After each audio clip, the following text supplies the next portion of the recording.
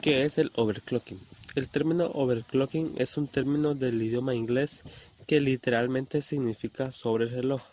Esta técnica se aplica para aumentar la frecuencia de reloj de un componente de la computadora, regularmente el CPU, para que corra a una mayor velocidad de lo que fueron diseñados. ¿Cuál es el principal objetivo de hacer overclocking? El principal objetivo de hacer overclocking es aumentar la capacidad de un componente de nuestra computadora para que pueda realizar más operaciones por segundo, que nos da como resultado más potencia. De esta manera podríamos igualar el rendimiento de un componente de gama más alta sin gastar de más. ¿Qué se necesita para hacer overclocking? Se le puede hacer overclocking a varios componentes de nuestra computadora, como las memorias RAM, la tarjeta gráfica o el CPU. Para este ejemplo usaremos el CPU, pues es el componente al que se le hace overclocking más a menudo. Primero, necesitaremos un CPU desbloqueado para overclocking.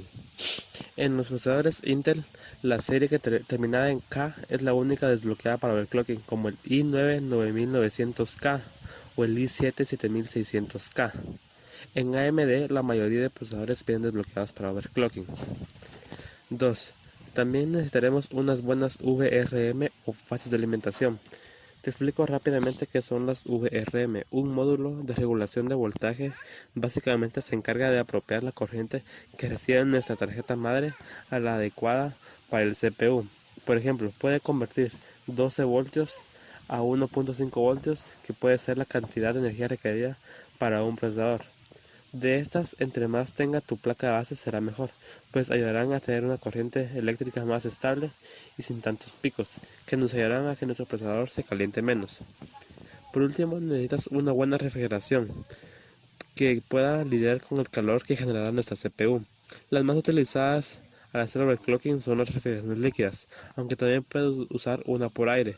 Es cuestión de escoger la que más se adecue a tus necesidades y presupuesto. Muy bien.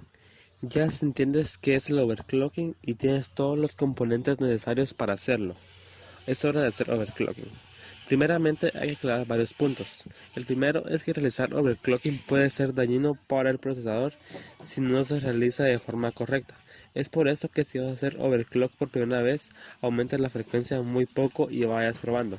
Además hay que aclarar que al hacer overclock anulas la garantía de tu procesador totalmente. 2. Hacer overclocking no es tan fácil y rápido como se puede llegar a pensar. Necesitarás de varias pruebas para encontrar el equilibrio perfecto entre frecuencia, temperatura y voltaje. 3. No te asustes si en algún momento te aparece un pantallazo azul. Es algo regular en esta práctica. Si te aparece algún pantallazo azul, solo espera a que la computadora se reinicie de forma normal e intenta de nuevo.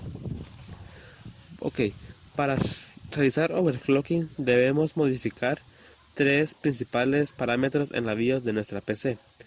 En cada placa base se especifica cómo acceder a la BIOS de ella. Generalmente es apachando la tecla F12 antes de que la computadora inicie de forma normal. El primer parámetro que modificaremos es la frecuencia. Esto define los ciclos u operaciones por segundo que realizará nuestro procesador. 2. El voltaje es la cantidad de energía que nuestro procesador recibe al momento de usarse.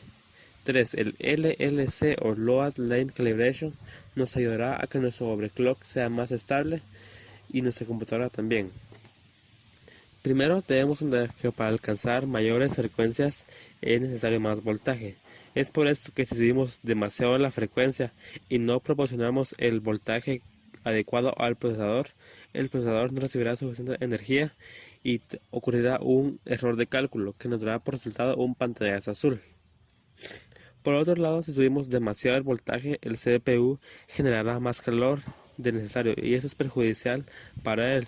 Por eso hay que encontrar un equilibrio entre voltaje y frecuencia. Entonces, para resumir y dejar claro, para hacer un overclock perfecto es necesario encontrar la mayor frecuencia con el menor voltaje, con una temperatura adecuada, sin que nuestra PC sea inestable. ¿A qué me refiero con que nuestra PC sea inestable? Me refiero a que podamos usarla y cargar el procesador al 100% sin que ocurra un error de cálculo y todo funcione mal. Precauciones para hacer overclocking. Procura que el procesador no rebase una temperatura específica. Generalmente los 90 grados puede ser el techo de temperaturas de un procesador. Además, contar con una buena refrigeración y contar con una placa base excelente.